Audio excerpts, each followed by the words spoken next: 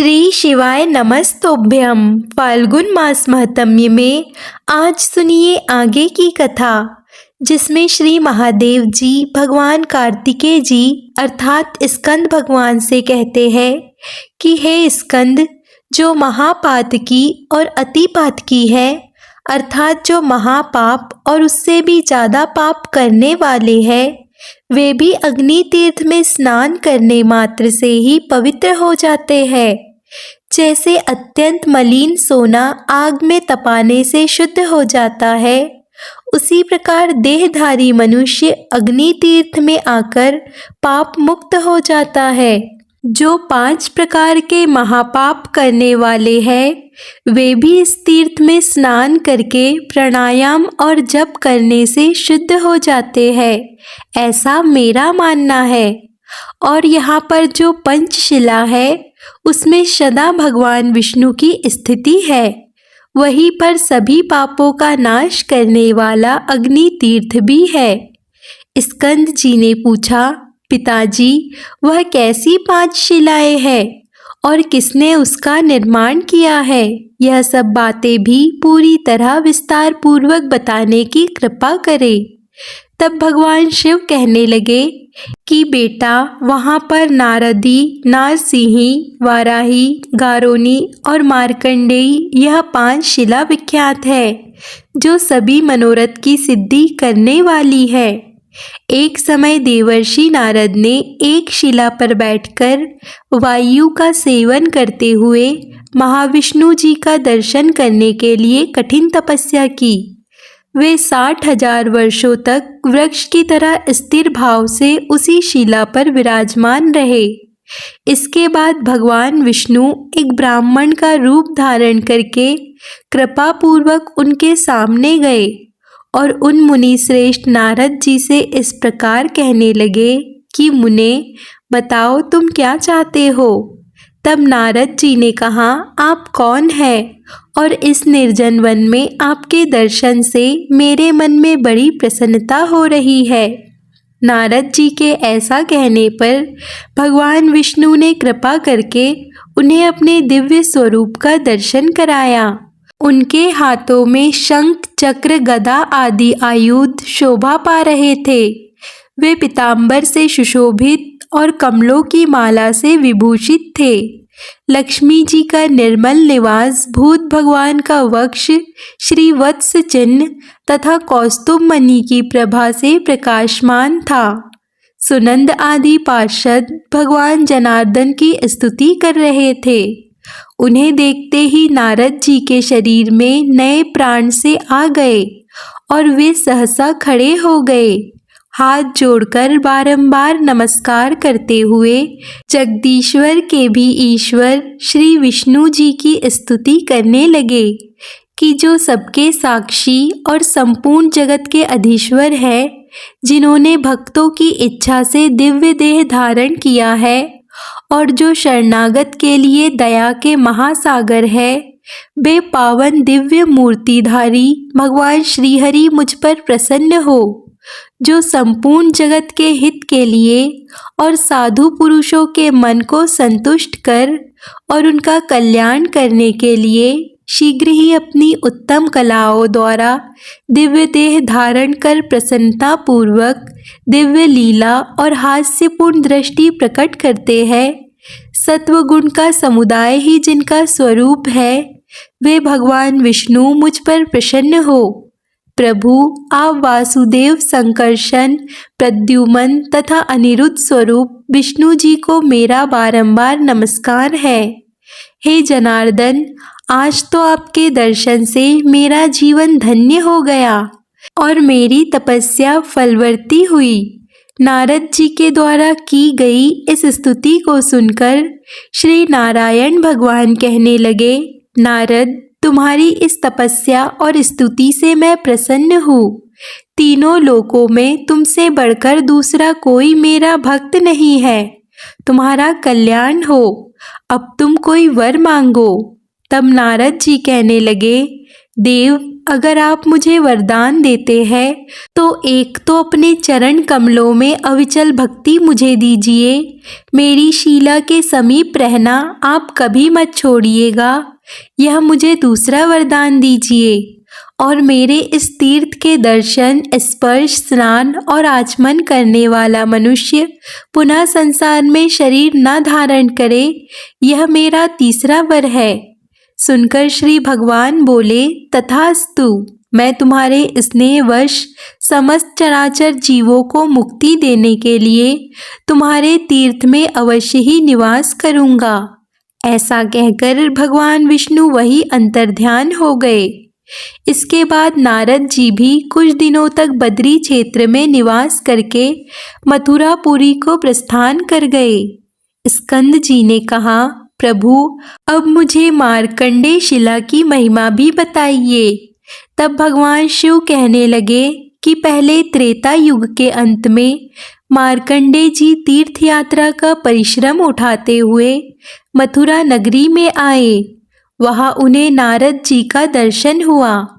मार्कंडेय जी ने नारद जी का पूजन और फिर उन्हें प्रणाम किया। तब उन्होंने जहाँ साक्षात नारायण विद्यमान है उस बद्री क्षेत्र का महात्म्य इस प्रकार बताया कि साधो, बद्री तीर्थ महाक्षेत्र है, वहाँ भगवान विष्णु का निवास है, तुम वहीं जाओ, वहाँ तुम्हें साक्षात श्री हरि का दर्शन होगा।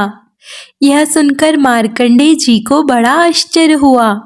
वे बद्रिका आश्रम में आए और वहां स्नान करके शिला पर बैठकर परम उत्तम अष्टाक्षर अर्थात ओम नमो नारायणे नमः इस मंत्र का जप करने लगे। 3 रात तक जप करने के बाद आखिरकार भगवान जनार्दन उन पर प्रसन्न हो गए और उन्हें शंख, चक्र, गदा, पद्म और वरमाला आदि से विभूषित अपने दिव्य स्वरूप का दर्शन कराया। उन्हें देखकर मार्कंडेय जी अत्यंत तेजी से उठे और प्रणाम करके बड़ी प्रेम भरी गदगद वाणी से उनकी स्तुति करने लगे कि हे प्रभु, हे श्रीहरि, इस अशाश्वत अर्थात क्षणभंगुर संसार में आपके युगल चरणाविंद की सार है। सांसारी मनुष्य का उद्धार कैसे हो? हे अच्युत, मैं आध्यात्मिक आदि तीनों ताप से अत्यंत थका हुआ हूँ। अनेक प्रकार के बढ़े हुए ज्ञान से ढका हुआ संसार रूपी कोहरे में भटक रहा हूँ। कृपया मेरा उद्धार कीजिए। हे करुणा सागर, अनेक प्रकार के योनि यंत्रों में दबकर निकलने से प्राप्त हुए गर्भवास जनित शारीरिक वेदना को मैं कितनी ही बार पार कर चुका हूँ। अब मेरी रक्षा कीजिए। जरा, मृत्यु और बाल्य अवस्था आदि के दुखों से भरे हुए संसार में मैं बहुत पीड़ित हूँ। फिर भी इस दुख के समुद्र में मेरी सुख बुद्धि हो रही है। हे दया सिंधो, मेरी रक्षा कीजिए। हे प्रभु, कभी मैं कीट योनि में पड़ा, कभी श्वेत जीव के रूप में जन्म लिया, कभी उदती योनि में आया और कभी सौभाग्यवश मनुष्य शरीर को प्राप्त हुआ। सब योनियों में जन्म लेकर मैं बहुत विपत्ति भोग चुका हूँ। अब सर्वदा निस्तेज और अनाथ हूँ। हे अच्युत, कृपया करके अपनी शरण में आए हुए मुझ सेवक का अब उद्धार कीजिए। बुद्धिमान मार्कंडेय जी के द्वारा ऐसा कहने पर भगवान श्री विष्णु ने प्रसन्न होकर कहा, हे ब्रह्म ऋषि, मुझसे कोई वर मांगो। तब मार्कंडेय जी ने कहा, भगवान, हे दीन वत्सल्य, अगर आप मुझ पर प्रसन्न हैं तो अपने पूजन और दर्शन में मुझे अविचल भक्ति दीजिए। साथ ही मैं चाहता हूँ कि इस शिला पर आपका निवास बराबर बना रहे। यही मेरे लिए सबसे बड़ा वर है। तब बहुत अच्छा कहकर भगवान विष्णु अंतर्ध्यान हो गए। इसके बाद मार्कंडेय जी अपने पिता के आश्रम में चले गए। इस प्रसंग को जो मनुष्य सुनता अथवा सुनाता है उसे भी भगवान गोविंद की प्राप्ति होती है। भगवान शिव कहते हैं कि कश्यप जी को विनीता के गर्भ से 2 महाबली और महापराक्रमी पुत्र प्राप्त हुए, जिनका नाम था गरुण और अरुण।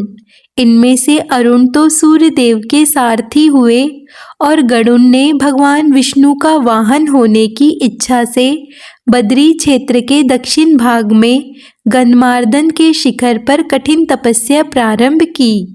वे फल, मूल और जल का आहार करते, द्वंद्वों को धैर्य पूर्वक सहते और जप करने वालों में श्रेष्ठ होकर एक पैर से पृथ्वी पर खड़े होकर जप किया करते थे। भगवान के दर्शन की इच्छा से उन्होंने बहुत वर्षों तक कठिन तपस्या की। तब साक्षात भगवान विष्णु पीतांबर धारण करके अपने शंख चक्र आदि आयुध से युक्त होकर पूर्व दिशा में उदित होने वाले पूर्ण चंद्रमा की तरह गरुण के सामने प्रकट हुए और मेघ के समान गंभीर शब्द करते हुए कहने लगे। फिर भी गरुण की बाह्यवृत्ति नहीं हुई, यानी कि तपस्या में लीन गरुण का ध्यान भंग नहीं हुआ। तब उन्होंने अपना श्रेष्ठ शंख बजाया, लेकिन उससे भी महात्मा गरुण का ध्यान नहीं टूटा। तब भगवान श्वास के साथ गरुड़ के ही भीतर प्रवेश करके उनमें बहिर्मुखी पैदा करते हुए फिर से बाहर आकर प्रकट हो गए। उस समय भगवान विष्णु को अपने सामने देखकर गरुड़ निर्भय हो गए। उनके संपूर्ण शरीर में रोमांच हो आया और हाथ जोड़कर उन्होंने भगवान की स्तुति प्रारंभ कर दी कि हे भगवन, तीनों लोकों में निवास करने वाले देहधारियों का अंतःकरण आपका निवास स्थान है। आपकी जय हो। संसार की उत्पत्ति, स्थिति और संहार रूपी लीला विलास से विलासित जो आपकी ब्रह्मा, विष्णु और शिव रूपी त्रिविध मूर्ति है, उसकी कीर्तिमय प्रभा से संपूर्ण जगत समुदाय प्रकाशित होता है। ठीक उसी प्रकार जैसे सूर्य अपनी किरणों से समस्त विश्व को प्रकाशित करते हैं, आप अपने भक्तजनों के हृदय कमल में भ्रमण की तरह शोभा पाते हैं। अपने ज्ञान में आई हुई संपूर्ण वेद विद्या से आपका मानस सदैव प्रकाशमान रहता है। जो मुनिजन आपके भक्त हैं, वे आपके चरणों की सदा वंदना किया करते हैं और आपके चरण नखों के प्रक्षालन से प्रकट हुई गंगा जी के जल से अपने को पवित्र करने वाले देवता और मुनि आपकी चरण रेणु को हृदय से प्रणाम करते हैं।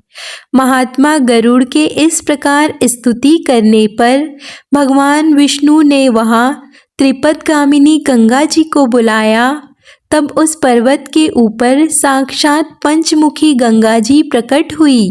उन्हीं के जल से गरुड़ जी ने भगवान विष्णु को पादर्थ दिया। फिर वर मांगने के लिए भगवान से प्रेरित करने पर गरुड़ जी ने कहा कि भगवन, मैं एकमात्र आपका वाहन हो जाऊं और आपकी कृपा से देवता और दैत्यों में से कोई भी बल, वीर और पराक्रम द्वारा मुझे जीत ना सके और यह शीला भी मेरे नाम से विख्यात होकर समस्त पापों का अपहरण करने वाली हो जाए तथा इसके स्मरण से मनुष्य को कभी भी विष जनित व्याधि ना हो। इसके बाद बहुत अच्छा कहकर भगवान विष्णु वही अंतर्ध्यान हो गए। स्कंद जी ने कहा, भगवन, अब वारोही शीला का भी महत्व मुझे बताइए।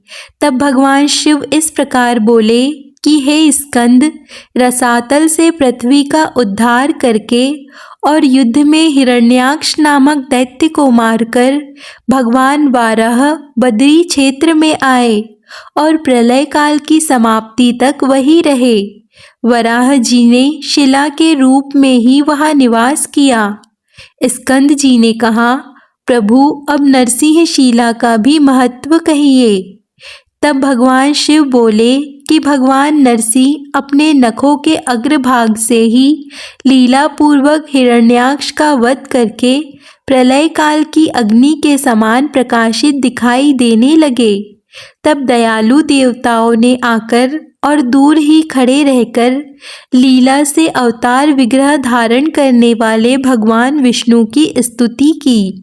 तब अपने तेज से समस्त देवताओं और असुरों को भी व्याप्त करने वाले भगवान पराक्रमी नरसिंह जी प्रसन्न होकर बोले, हे देवताओं, तुम लोग मुझसे कोई वर मांगो जो तुम्हारी शांति और सुख का एकमात्र साधन हो। उस समय देवताओं के स्वामी ब्रह्मा जी कहने लगे कि भगवन, हे प्रभु, हे नरसिंह देव, आपका यह अत्यंत उग्र रूप समस्त देहधारियों को भयभीत करने वाला है, अतः इसको समेट लीजिए। उनकी प्रार्थना के अनुसार दिव्य रूप धारण करके भगवान ने फिर कहा कि देवताओं, मैं तुम पर बहुत प्रसन्न हूँ, बोलो अब मैं तुम्हारा कौन सा कार्य करूँ। तब देवतागण कहने लगे कि प्रभु, हमारा अभिष्ट वर यही है कि आप मन को प्रसन्न करने वाले परम शांत चतुर्भुज रूप में ही हमें दर्शन दिया करें। तब भगवान ने उन्हें दिव्य दृष्टि से देखकर विशालापुरी अर्थात बद्रिकाश्रम को चले गए। इसके बाद देवताओं का भय शांत हो गया और उन्होंने जल के मध्य में विराजमान भगवान विष्णु का दर्शन, नमस्कार और परिक्रमा करके उन्हीं में अपना मन लगाकर अपने अपने लोक को प्रस्थान किया। जिसके बाद अतिशय भक्ति भार से नम्र तपस्वी ऋषि आए और अत्यंत अद्भुत पराक्रम वाले भगवान नरसिंह का दर्शन करके उनकी इस प्रकार स्तुति करने लगे कि संपूर्ण विश्व के स्वामी, हे जगदीश्वर, आपको नमस्कार है, आपको नमस्कार है। विश्व को अभय प्रदान करने वाले, हे विश्वमूर्ते, आप कृपा के समुद्र है। आपके चरण कमल सेवन करने योग्य तीर्थ रूप है।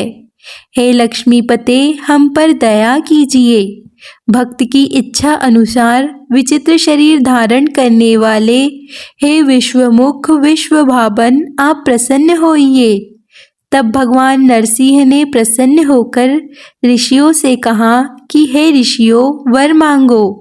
ऋषि बोले, हे जगदीश्वर, अगर आप प्रसन्न हैं तो कृपा करके कभी भी इस बद्री क्षेत्र का त्याग ना करें, यही हमारा अभिष्ट वर है। तब भगवान ने तथास्तु कहकर उनकी प्रार्थना भी स्वीकार कर ली। इसके बाद सभी ऋषि अपने अपने आश्रम को चले गए और भगवान नरसिंह भी शिला रूप में हो गए। जो 3 उपवास करके वह भगवान नरसिंह के जप और ध्यान में तत्पर होता है, वह साक्षात नरसिंह रूपधारी भगवान का दर्शन पा लेता है।